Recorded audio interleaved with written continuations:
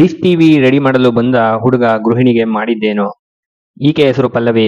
ಇವರ ಅಪಾರ್ಟ್ಮೆಂಟ್ನ ವಾಚ್ಮ್ಯಾನ್ ಬಹದ್ದೂರ್ ಈಕೆಯ ಬಾಗಿಲ ಬಳಿ ಬಂದು, ಮೇಡಮ್, ನಾನು ತುಂಬಾ ಕಷ್ಟದಲ್ಲಿದ್ದೇನೆ, ನನಗೆ 10,000 ಹಣ ಬೇಕು ಎಂದು ಕೇಳ್ತಾನೆ. ಆಗ ಪಲ್ಲವಿ ಸರಿ ಎಂದು ಹಣ ತೆಗೆದುಕೊಂಡು ಬರುತ್ತಾಳೆ. ಆಗ ಹಣ ಕೊಡುವ ಮುನ್ನ, ಈ ಹಣ ನಿನಗೆ ಬೇಕಾದರೆ ಫ್ರೀಯಾಗಿ ಕೊಡುತ್ತೇನೆ, ಆದರೆ ನಾನು ಹೇಳಿದ ಕೆಲಸ ಮಾಡಬೇಕು ಎಂದು ವಾಚ್ಮ್ಯಾನ್ ಅನ್ನು ಮನೆಯೊಳಗೆ ಕರೆದುಕೊಂಡು ಹೋಗುತ್ತಾಳೆ. ನಾನು ತುಂಬಾ ದಿನದಿಂದ ನಿನ್ನನ್ನು ಇಷ್ಟಪಡುತ್ತಿದ್ದೇನೆ. ನನ್ನ ಗಂಡ ಕೂಡ ಊರಿನಲ್ಲಿ ತಿಂಗಳ ಪೂರ್ತಿ ಇರುವುದಿಲ್ಲ. ನೀನು ನನ್ನನ್ನು ಖುಷಿಪಡಿಸು ಎಂದು ಕೇಳುತ್ತಾಳೆ. ಆಗ ಬಹದ್ದೂರ್ ಆಸೆಯಿಂದ ಆಕೆಯ ಜೊತೆ ರೊಮ್ಯಾನ್ಸ್ ಶುರು ಮಾಡ್ತಾನೆ. ಆಕೆ ಇವನನ್ನು ಎಲ್ಲಾ ಕಡೆ ಆಟ ಆಡಿಸಿ ಬೆಡ್ ಮೇಲೆ ಹೋಗಿ ಕರೆಯುತ್ತಾಳೆ. ನಂತರ ಅಲ್ಲಿಗೂ ಕೂಡ ಬಹದ್ದೂರ್ ಹೋಗಿ ರೊಮ್ಯಾನ್ಸ್ ಶುರು ಮಾಡ್ತಾನೆ. ಇದೆಲ್ಲ ಬಹದ್ದೂರ್ ಬಾಗಿಲ ಬಳಿ ನಿಂತು ಕನಸು ಕಂಡಿರ್ತಾನೆ. ಆಗ ಬಂದ ಪಲ್ಲವಿ ಎಚ್ಚರಿಸಿ ಅವನಿಗೆ ಹಣ ಕೊಟ್ಟು ಕಳಿಸುತ್ತಾಳೆ. ಸ್ವಲ್ಪ ದಿನಗಳ ನಂತರ ಟಿವಿ ನೋಡಲು ಆನ್ ಮಾಡಿದಾಗ ಕೇಬಲ್ ಬರುತ್ತಾ ಇರುವುದಿಲ್ಲ. ನಂತರ ಅವಳು ಕೇಬಲ್ ಟಿವಿ ಆಪರೇಟರ್ಗೆ ಕರೆ ಮಾಡಿ ಸರಿ ಮಾಡಿಕೊಡಲು ಕೇಳುತ್ತಾಳೆ. ಆಗ ಅವರು ರಾಜು ಎಂಬ ವ್ಯಕ್ತಿ ನಿಮ್ಮ ಮನೆಗೆ ಬಂದು ಸರಿ ಮಾಡುತ್ತಾರೆ ಎಂದು ಹೇಳುತ್ತಾರೆ. ನಂತರ ರಾಜು ಸೆಕ್ಯೂರಿಟಿ ಗಾರ್ಡ್ ಬಳಿ ಬಂದು ಪಲ್ಲವಿಯ ಮನೆ ಯಾವುದು ಎಂದು ಕೇಳುತ್ತಾನೆ. ಆಗ ಅವನು ಅಲ್ಲಿ ಹೋದರೆ ಹುಷಾರಾಗಿರು, ಏನಾದರೂ ತಪ್ಪು ಮಾಡಿದರೆ ನಿನ್ನ ಕೇಬಲ್ ನಾನು ಕಟ್ ಮಾಡುತ್ತೇನೆ ಎಂದು ವಾಚ್ಮನ್ ಎದುರಿಸುತ್ತಾನೆ. ನಂತರ ಒಳಗೆ ಬಂದ ರಾಜು ತನ್ನ ಪರಿಚಯ ಮಾಡಿಕೊಂಡು ಟಿವಿಯನ್ನು ಚೆಕ್ ಮಾಡುತ್ತಾನೆ. ಅದೇ ಸಮಯದಲ್ಲಿ ಪಲ್ಲವಿ ಕೂಡ ನಿಮಗೆ ಟೀ ತಂದು ಕೊಡುತ್ತೇನೆ ಎಂದು ಮಾಡಿಕೊಂಡು ಬರುತ್ತಾಳೆ. ಬರುವಷ್ಟರಲ್ಲಿ ಟಿವಿ ಕೇಬಲ್ ರೆಡಿಯಾಗಿರುತ್ತದೆ. ನಂತರ ಹಣ ಬೇಡ ಮೇಡಮ್, ನೀವು ಟೀ ಕೊಟ್ಟರೆ ಅಷ್ಟೇ ಸಾಕು ಎಂದು ಹೇಳುತ್ತಾನೆ.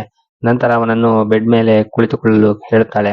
ಆಗ ಅವನು ಇವಳ ಗಂಡನ ಬಗ್ಗೆ ಕೇಳಿದಾಗ, ನನ್ನ ಗಂಡ ಯಾವಾಗಲೂ ತಿಂಗಳ ಪೂರ್ತಿ ಹೊರಗಡೆ ಕೆಲಸ ಮಾಡುತ್ತಾರೆ, ನನ್ನ ಕಷ್ಟ ಸುಖ ವಿಚಾರಿಸುವುದಿಲ್ಲ ಎಂದು ಹೇಳುತ್ತಾಳೆ.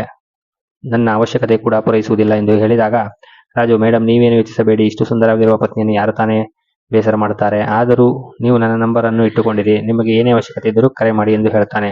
ಅದನ್ನು ಕೇಳಿ ಪಲ್ಲವಿಗೆ ಶಾಕ್ ಆಗುತ್ತದೆ. ನಂತರ ಪಲ್ಲವಿಯ ಗೆಳತಿ ರಿಯಾ ಕರೆ ಮಾಡಿ, ನಾನು ನಿನ್ನ ಜೊತೆ ಮಾತನಾಡಬೇಕು ಎಂದು ಹೇಳುತ್ತಾಳೆ. ನಂತರ ಇಬ್ಬರು ಭೇಟಿ ಮಾಡುತ್ತಾರೆ. ಆಗ ರಿಯಾ, ನನ್ನ ಮದುವೆಯಾಗಿ 1 ವರ್ಷವಾಗಿದೆ, ಆದರೆ ನನ್ನ ಗಂಡ ನನ್ನನ್ನು ಖುಷಿಪಡಿಸೋದಿಲ್ಲ, ಯಾವಾಗಲೂ ನನ್ನಿಂದ ದೂರ ಇರುತ್ತಾನೆ ಎಂದು ಹೇಳ್ತಾಳೆ.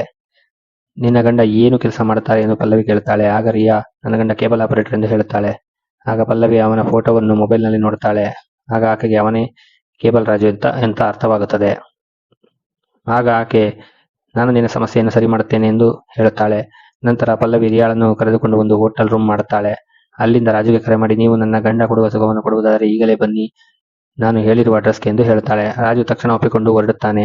ಇತ್ತ ನಾವಿಬ್ಬರು ಏನು ಮಾಡಬೇಕು ಎಂದು ಪಲ್ಲವಿ ರಿಯಾಗೆ ಹೇಳಿಕೊಡುತ್ತಾಳೆ. ರಾಜು ಬಂದ ಕೂಡಲೇ ಪಲ್ಲವಿ ಅವನನ್ನು ಬರಮಾಡಿಕೊಳ್ಳುತ್ತಾಳೆ. ನಂತರ ನಾವಿಬ್ಬರು ಪ್ರೀತಿ ಮಾಡುವುದನ್ನು ನೀನು ನೋಡಬಾರದು, ಅದಕ್ಕಾಗಿ ನಿನ್ನ ಕಣ್ಣಿಗೆ ಬಟ್ಟೆ ಕಟ್ಟುತ್ತೇನೆ ಎಂದು ಹೇಳುತ್ತಾಳೆ.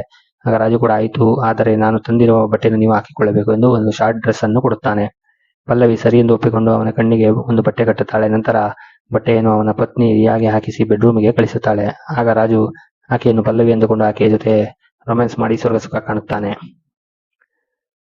ಪಲ್ಲವಿ ಆಚೆ ಕೂತುಕೊಂಡು ಕಾಯುತ್ತಾ ಇರ್ತಾಳೆ. ಎಲ್ಲ ಮುಗಿದ ಮೇಲೆ ರಿಯಾ ಫೋನ್ ಮಾಡಿ ಪಲ್ಲವಿಯನ್ನು ಅಲ್ಲಿಗೆ ಕರೆಸಿಕೊಳ್ಳುತ್ತಾಳೆ. ಆಗ ಪಲ್ಲವಿ, ನಾನು ಈಗ ವಾಶ್ರೂಮಿಗೆ ಹೋಗಬೇಕು, ಅಲ್ಲಿಯ ತನಕ ನಿನ್ನ ಕಣ್ಣಿನ ಬಟ್ಟೆ ಬಿಚ್ಚಬೇಡ ಎಂದು ರಾಜುಗೆ ಹೇಳುತ್ತಾಳೆ.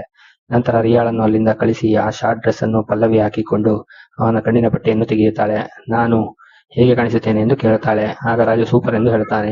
ನನ್ನ ಜೊತೆ ಖುಷಿ ಪಟ್ಟಿದ್ದು ಹೇಗಿತ್ತು ಎಂದು ಕೇಳುತ್ತಾಳೆ. ಆಗ ರಾಜು, ನಾನು ಪತ್ನಿಯೊಂದಿಗೆ ಆನಂದ ಪಟ್ಟೆ, ಆ ರೀತಿ ಅನಿಸುತ್ತೆ ಎಂದು ಹೇಳುತ್ತಾನೆ. ಆಗ ಪಲ್ಲವಿ, ಹಾಗಾದರೆ ನೀನು ನನಗೆ ಒಂದು ಮಾತು ಕೊಡಬೇಕು, ನೀನು ನನಗೆ ಇಂದು ಕೊಟ್ಟಂತೆ ಪ್ರತಿದಿನ ನಿನ್ನ ಪತ್ನಿಗೆ ಖುಷಿಪಡಿಸಬೇಕು, ಆಕೆಯ ಹಕ್ಕನ್ನು ಕಿತ್ತುಕೊಳ್ಳಬಾರದು ಎಂದು ಹೇಳುತ್ತಾಳೆ. ಆಗ ರಾಜು ಕೂಡ ಆಯಿತು ಮೇಡಮ್ ಎಂದು ಪ್ರಾಮಿಸ್ ಮಾಡುತ್ತಾನೆ. ಆಗ ಅವನನ್ನು ಅಲ್ಲಿಂದ ಹೋಗಲು ಪಲ್ಲವಿ ಹೇಳುತ್ತಾಳೆ. ನಂತರ ಅಲ್ಲಿಗೆ ರಿಯಾ ಬರುತ್ತಾಳೆ. ಆಗ ರಿಯಾ ಪಲ್ಲವಿಗೆ ಥ್ಯಾಂಕ್ಸ್ ಹೇಳುತ್ತಾಳೆ. ನಿನ್ನಿಂದ ನನ್ನ ಮನೆ ಉಳಿಯಿತು ಎಂದು ಹೇಳುತ್ತಾಳೆ. ಆಗ ಪಲ್ಲವಿ ನನ್ನ ಗೆಳತಿಯ ಜೀವನ ಚೆನ್ನಾಗಿದ್ದರೆ ಅಷ್ಟೇ ಸಾಕು ಎಂದು ಹೇಳುತ್ತಾಳೆ. ಕತೆ ಇಲ್ಲಿಗೆ ಮುಗಿಯುತ್ತದೆ. ಈ ವಿಡಿಯೋವನ್ನು ಪೂರ್ತಿ ನೋಡಲು ಬಾಬಾ ಫಿಲಮ್ಸ್ ಎಂಬ ಯೂಟ್ಯೂಬ್ ಚಾನಲ್ನಲ್ಲಿ ಹಕ್ದಾರ್ ಎಂದು ಹುಡುಕಿ ನೋಡಬಹುದು.